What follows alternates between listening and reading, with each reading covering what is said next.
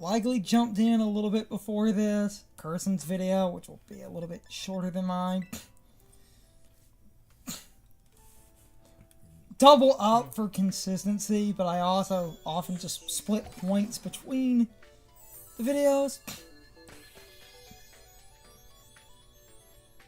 I said it in my video, and I'm saying it again. Ting-Lu is rigged. Oh, sure. Yeah. Making sure I claimed both of those. I felt like I didn't claim one. The other reason I like splitting things, I noticed a weird running theme of people that, for certain random events, are actually confused if they're available in both games. It's just like having proof of... They have flip-flopped about that before. Yes, they have! I just like having proof.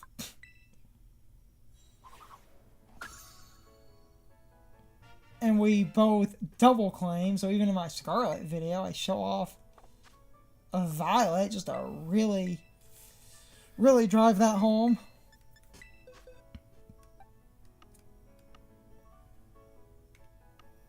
Now where? Now where is the bowl? It's right there.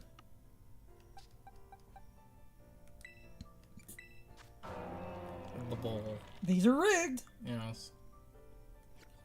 And they match the hacked raid data pretty much. Yes. Ow. Probably already cut back in, maybe a little bit before that. Carson's alt game. Because like I was saying before the cut, and I've said this in my footage multiple times as well. One, I like showing events that are random. Because I just find that funny, especially when you get absolute garbage. This event is rigged, but the other reason that we're really thorough about this is to make 100% sure that people realize things are not exclusive.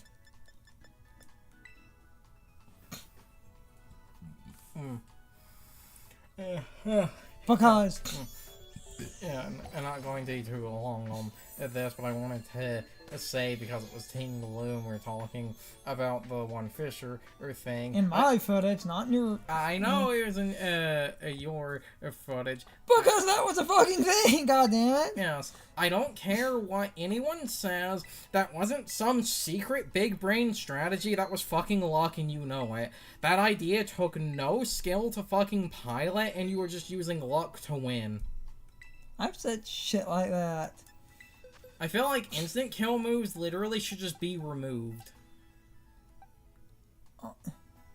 We talked about this in my footage, and I can sort of repeat some things and ramble a little bit and not go on forever, but basically, in my footage, because this is a different video, I can quickly repeat it, kind of truncate.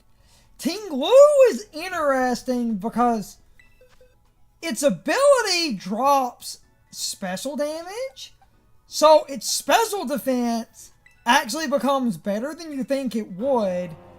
Your physical defense is obnoxious as it is, your HP is fucking absurd, and then your physical attack is okay. There was a time, early meta, where people would run Fisher on Ting-Lu, because Fisher is an instant kill. And if Fisher landed, it would instantly kill whatever it hit.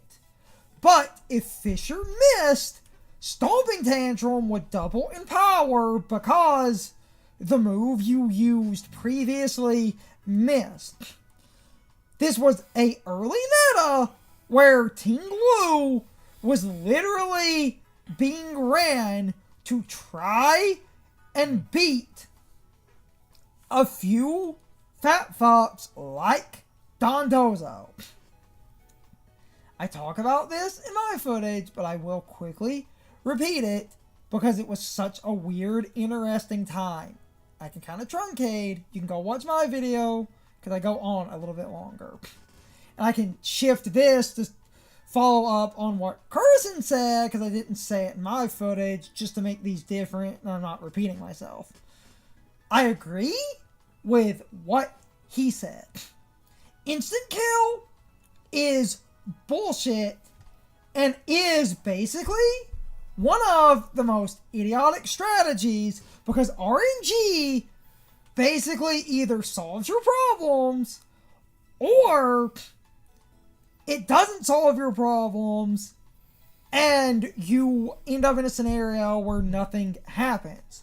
But the Ting-Lu was funny because Stomping Tantrum becoming so powerful made that really, really idiotic. And I can basically say, like, that truly was skillless nonsense that shouldn't have been as effective as it is, because you're either getting fucked over by an instant kill or you're getting fucked over by a double powered Stomping Tantrum. No, it was extreme. It was like the guy that put sheer cold on an Articuno. Yeah.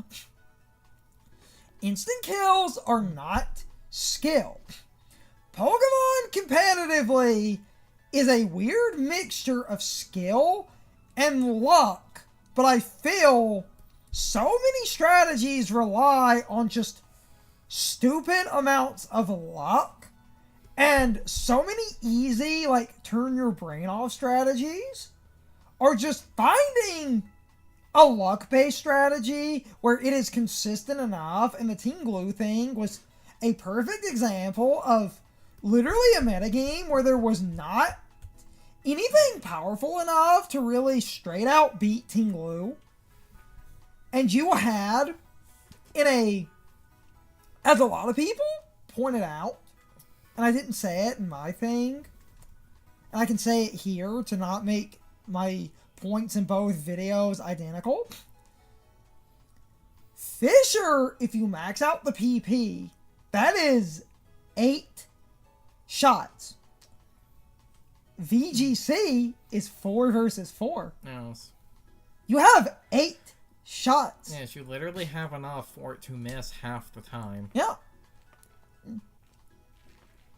You literally have enough where you can look at that as that is 2 PP per target of your opponent to try and at least within 2 shots of Fisher maybe knock out something. But if you're doing Fisher into Stomping Tantrum, your Stomping Tantrum was often enough because Ting-Lu was kind of hard to break. And even now, with all these other stupid Pokemon, breaking through a Ting-Lu is still not easy. The problem is Ting-Lu is a little bit too passive. But I have seen that stupid Fisher set pop up at random on casual in dumb best of 1 cheese. Look, as people will also do the other dumb thing of putting it next to like a redirector or something to literally pull damage away from Ting-Lu. So just you keep can clicking Fisher. Yeah. RNG in Pokemon is dumb. Instant kills are dumb. That's not skill. And because I'm just gonna go on this tangent because I didn't say it in my footage, and this at least makes 2 different discussions, so I at least say something different, don't repeat myself. I didn't talk about it, and I will say this and end off. People at the time were having arguments over whether or not that was skill, and so many people were actually in favor of that and said, and this to me is a deeper problem because I talked about the Dondozo thing since that was the main reason that this kind of came about, of, oh, but this is just a logical counter to defensive play. This way, defensive play cannot just straight out beat you. That's why people who are using Dondozo do not have infinite outs. You know Fisher could injure Dondozo, or you know Fisher could end this defensive thing, or that defensive thing. It's completely balanced, because the whole point is just having the ability to throw out a Fisher. You're not inherently trying to one-shot Dondozo, but you're trying to put the fear in Dondozo, because once Dondozo is locked in, it can't switch. And people going on and on about, oh, this is completely fair and balanced. They've dexited a bunch of redundant moves. I'm kind of amazed they haven't dexited instant kills because no one likes them. If you're going to point out that like one ability that makes you immune to instant kills, that could just be changed to an immunity to like crits or something. Unless I'm forgetting an ability, the only ability that made you immune to instant kills was Sturdy. And they literally, that's all Sturdy used to do, is you would prevent instant kills. Did Damp also do that, or has Damp always just been self-destruct and explosion? That's all old Damp does. Okay. Though Sturdy was changed to be way better, where you live and he one hit. Yes. No, Sturdy was literally, back in the day, it was just instant kill, so unless that is a secondary effect rolled into something else, there is nothing else that does that, so you could remove them and no one would care. Let's finish on a random note. Realistically, they should just remove them because they're dumb, and honestly, if you want to start actually catering to competitive a little bit more, maybe also, again, rebalance some other... this could go into its own thing. So this is something I thought about before, though I think there's a weird, like, behind-the-scenes coding reason as to why they don't do this. I've thought about, because this would be very, very interesting, and there are a few other moves I feel like you should maybe do this change to, is have, like, instant kill moves, have them not be... have them not be 5 PP, have it only be like 1 PP, but it's a guarantee. So it is literally, you have one move that is a guarantee like knockout on something, and you cannot PP increase this. That would at least be interesting, and then you could have... And then actually using it is actual fucking strategy, because then you have to determine what is the best thing for the delete button. Yeah. That would be fine enough. Instead of just, oh, this random... Because I've lost best of one cheese. Everyone has lost best of one cheese. Because you just click the fucking button, and oh, if it happens to land, oh, it sucks to be you. But people, honestly, as I was finishing my rant, because it just bothers me, oh, but when you have a Pokemon that can spam something like an instant kill, it's just an extra check to defensive Pokemon. And because we've complained about stall, you've complained about stall before. Yeah, but then your answer to stall is just hoping that you win. It's just a coin flip. The only reason Ting-Lu is better at this is because it can stomping... Ting-Lu is literally so fat it can get away with it. It can get away with a miss, and it can get away with following up a miss with a stomping tantrum. Yes. Because Ting-Lu is hard to beat in a single hit. It's not that strong, but it can get away with this because it's fat enough and has the tools to do so. RNG in Pokemon bothers me when you're going for dumb, cheesy nonsense. And we do need to end off so I can do my outro, but just to say it, because I don't care what anyone says, paralysis should just be the speed drop. Paralysis should not have that random chance of you not moving. It should just be the speed drop. And I don't care if you're going to give me the, oh, but if paralysis is just a speed drop, then it's advantageous for Trick Room. But then, like, and do not, because I'm going to go down this quick rant, do not give me the, oh, but then it's advantageous for Trick Room. And then you could side target a Trick Room Pokemon, and that's too overpowered. Yet you're often the same motherfuckers that side target for weakness policy. You don't even need to side a target. Doesn't the I've seen people say that this works. I don't remember if it does. Doesn't if something that's not an electric type hold to the light ball, they get paralyzed? You keep... I've seen so many you people... You keep saying that, and I've been meaning to look into that. I don't think that's a thing. Because I've seen several people say it's a thing, and I keep forgetting to check that. Because... I don't want to go on the fucking trigger. It should just be a speed drop. The chance of not moving is dumb. It should just be a speed drop. Because I know if you fling the light ball, it paralyzes whenever you fling. That I know is a thing. Like, and do not give me the, oh, but then paralysis is too overpowered because you could side target your trick room mons. None of y'all have the fucking right for that because you're the same degenerate people that will run the worst combination of nonsense so you can side target priority to weakness policy off something that has no business doing that. Do not give me the, oh, but then paralysis is just too free for trick room. That is bullshit if anybody fucking side targets a weakness policy or does any other weird spread damage weakness policy set up with an off damage dealing stat like a Weavile with Surf, because Weavile is a physical attacker, and if it's running the weakest Surf imaginable, it can weakness policy prompt a partner. If you do that shit, you do not have the right to bitch about Thunderwave for Trick Room when it should just be the speed drop. And honestly, because Carson said this, and I'm going to finish my quick rant here and not go on so I can end off. A good solution, and this would just solve a lot of problems anyway. Statuses in Pokemon should just fade away over time. So that way, Pokemon that want a status can also lose that status if it fades away and you can catch a Pokemon.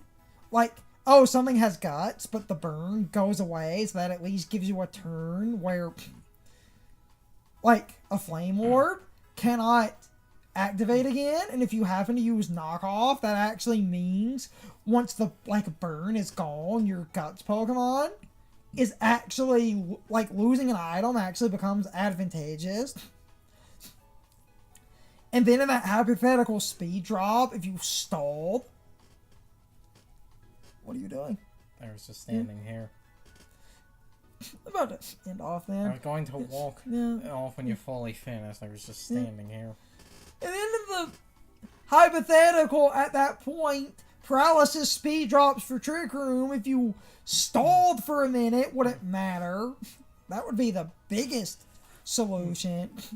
Because Legends actually did statuses fading over time. Yeah. And the other one that I've also said, and this would also be balanced as well, and would be interesting, because then this would actually also make you think about positives and negatives, especially if statuses fade. There should naturally be a baked-in clause where I feel like all statuses, you should only have one Pokemon with a status. And if the statuses are going to fade, then someone might go, oh, but if I bring a Guts Pokemon and it gets burned, then nothing else on a team could get burned, and that's a problem. But at the same time, is if the Guts Pokemon loses the burn, and we could maybe set it up for a minimum of 2, I guess. Carson's walking off. Just finishing my rant there. If statuses faded over time and they naturally implemented a status clause, that would actually create a balance.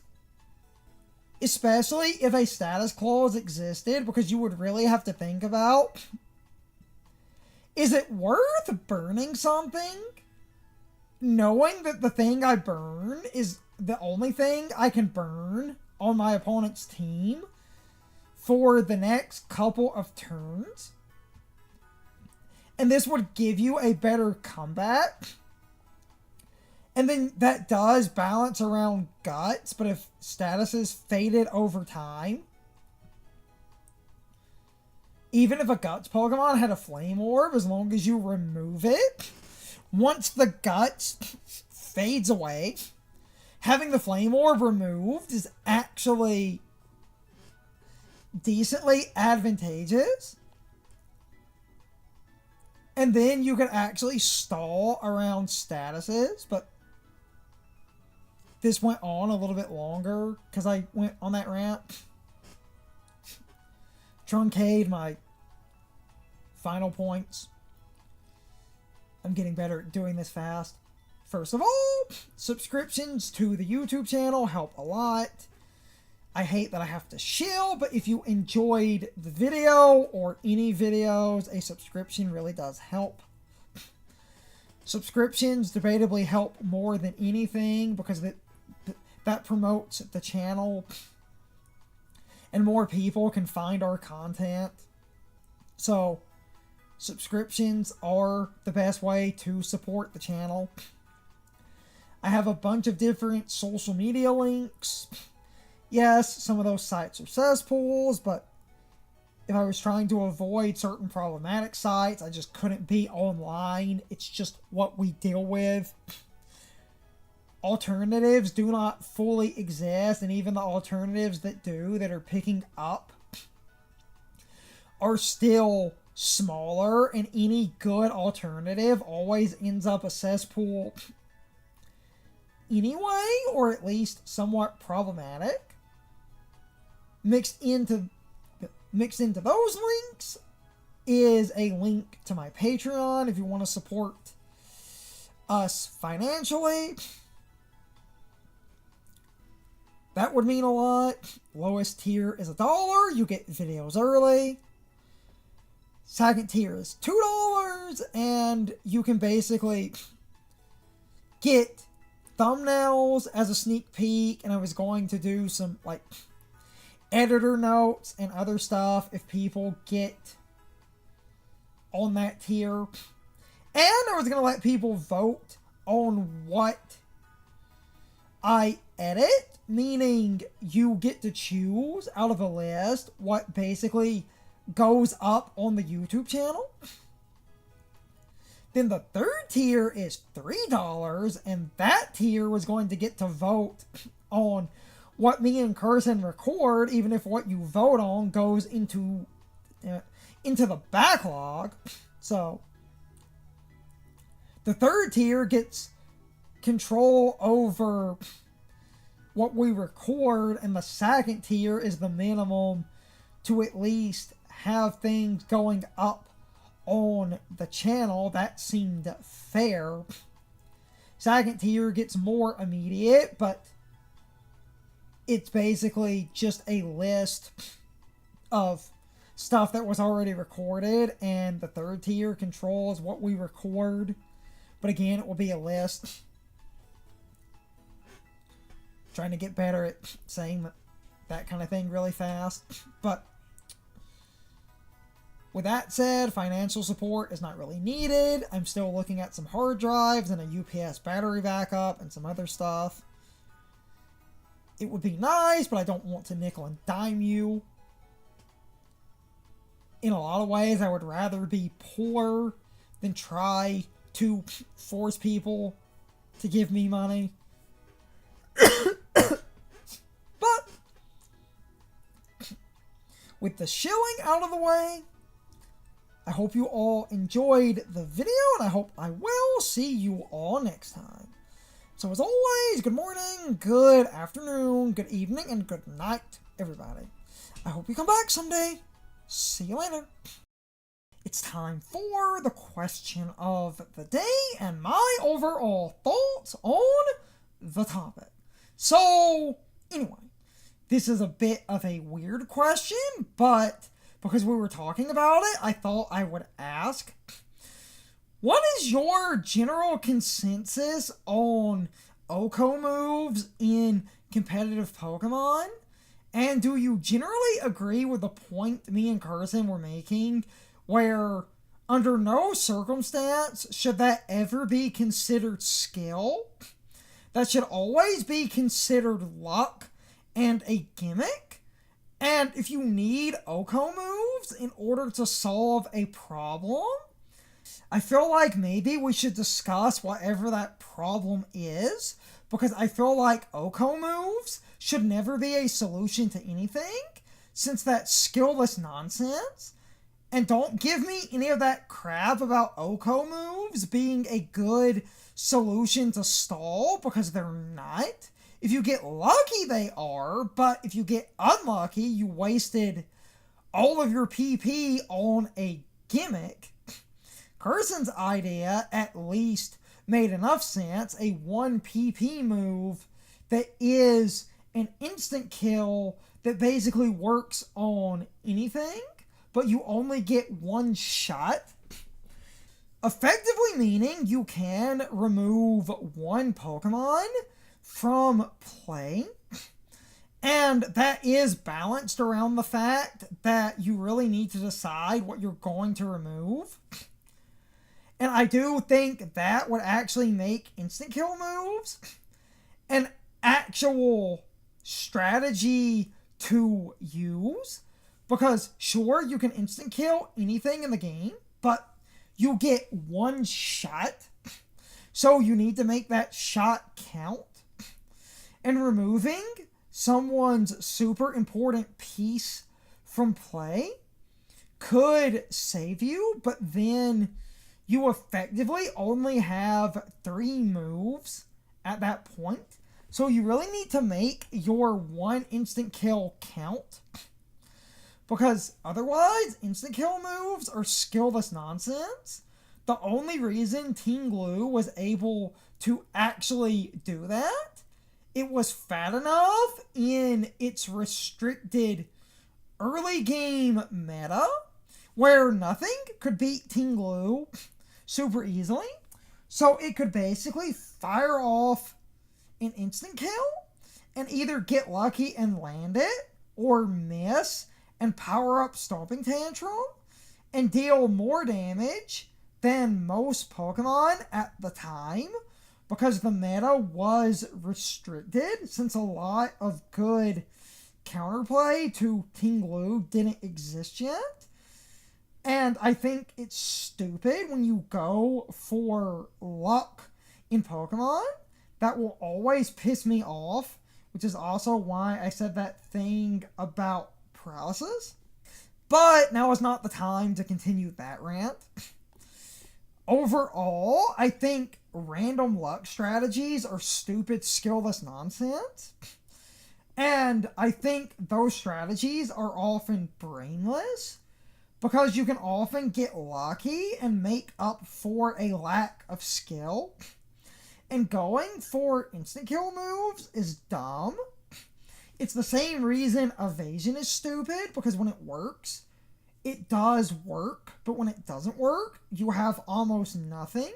And Ting-Lu specifically was one of the only Pokemon that could actually use instant kill somewhat well, because you either instant kill or you miss and get a powerful Stomping Tantrum in a metagame where almost nothing could easily beat you.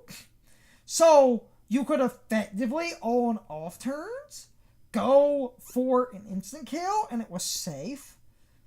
And most people agree instant kill is rarely super useful anyway, because 9 times out of 10 you have better options. And normally you don't have a Pokemon that's good enough to sit there and dice roll. Ting-Lu specifically was in the right place at the right time.